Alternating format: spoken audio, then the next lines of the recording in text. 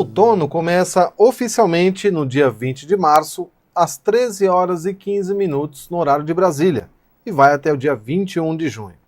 A estação começa exatamente neste horário, que é o momento chamado de equinócio, quando o Sol, manda toda a sua energia de forma igualitária para os hemisférios norte e sul. É nessa época do ano que a chuva começa a diminuir de forma gradativa e a temperatura vai caindo praticamente na mesma proporção. Ou seja, a estação de transição entre o verão, que é mais quente e mais úmido, para o inverno, que é mais frio e mais seco. Então é normal nós termos características de verão no começo da estação, assim como lá no final do outono já termos dias bem típicos de inverno. Só para nós termos ideia do que acontece, durante o mês de abril, a umidade que os ventos levam da Amazônia para o restante do Brasil vai diminuindo de intensidade. Em maio, começa a entrar exatamente um vento mais forte de sul, trazido aí pelas massas frias de origem polar. E em junho, esse vento mais frio e mais seco avança por toda a América do Sul. E o que termina ganhando muita força é um sistema seco em grande parte do país. Ou seja, tecnicamente falando, o vento muda de direção na maior parte do tempo. E ao invés de trazer um ar quente e úmido, vem aí carregado de um ar frio e seco. A expectativa é de que a gente tenha aí, oficialmente, neutralidade novamente. Ou seja, nós tivemos aí um Pacífico mais frio do que o normal nesses últimos meses, nos meses de verão, e agora esse Pacífico já começa a se aquecer. Quem traz esse aquecimento é exatamente essa massa de água mais quente que está em profundidade. É ela que vai matar a laninha que se formou aí nos últimos meses de verão. A expectativa para o Brasil nos próximos meses.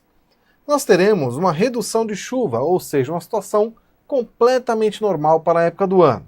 Abril deve ser observada aí uma redução bastante drástica em relação ao que observamos em março. Por quê? Choveu bastante no norte e no nordeste e a expectativa é de que diminua muita chuva nessas duas regiões. No sul tem chovido pouquíssimo e a previsão é de que continue chovendo pouco, principalmente no Rio Grande do Sul e em Santa Catarina. Há a expectativa de que chova muito próximo do normal no Paraná, em São Paulo, no Rio de Janeiro, no centro-sul de Minas, de Goiás e em Mato Grosso do Sul. Ou seja, a chuva que a gente observa, que ainda provoca alguns temporais em março e principalmente durante os meses de janeiro e fevereiro, vai cada vez mais dando adeus a essas regiões. Onde deve aumentar a chuva é onde normalmente espera-se que aumente, que é lá no estado de Roraima e também no noroeste do estado do Amazonas. Em maio, as primeiras massas polares devem avançar com intensidade forte pelo país. Então, por isso, espera-se por mais frio do que o normal em todas essas áreas aqui do Brasil. Ainda pouquíssima chuva no sul, pouca chuva no extremo norte, e devido aí ao avanço dessas frentes frias com bastante intensidade, nós teremos aí chuva de normal acima da média no sudeste e no centro-oeste. Em junho, provavelmente, como já observamos nos últimos anos, eventos de chuva forte avançando pelo centro-sul do país, chegando inclusive ao sul da Amazônia, provocando aí os primeiros eventos de friagem nesse ano de 2018. A temperatura deve cair bastante em todo o centro-sul e oeste do Brasil.